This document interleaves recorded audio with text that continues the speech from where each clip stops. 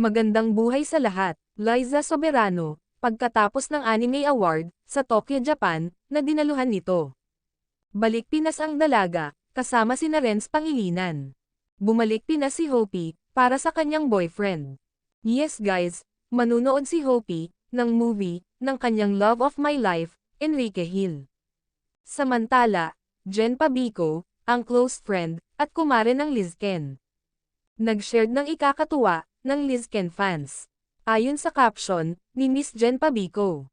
Hopi's block screening, for Quen's movie, I Am Not Big Bird. Thank you Hopi, for inviting us. OMG, nagpa-BS, si Hopi guys, for Enrique Hill, I Am Not Big Bird movie.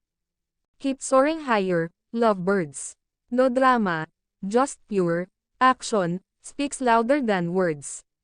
Very supportive, ang mag-couple na ito. Hindi na nila kailangan e-public, bawat sweetness nila, sa bawat isa.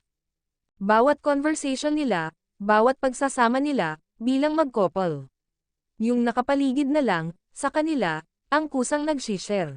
Thanks for sharing, Miss Jen Pabico. Pinasaya, at pinaingay mo, ang Lizken fans.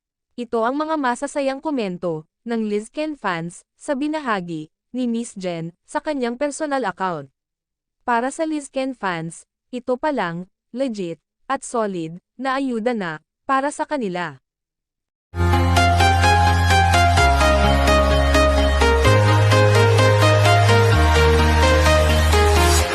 I'm walking alone, the streets are empty. The only thing I can see is my own silhouette. I'm getting stronger.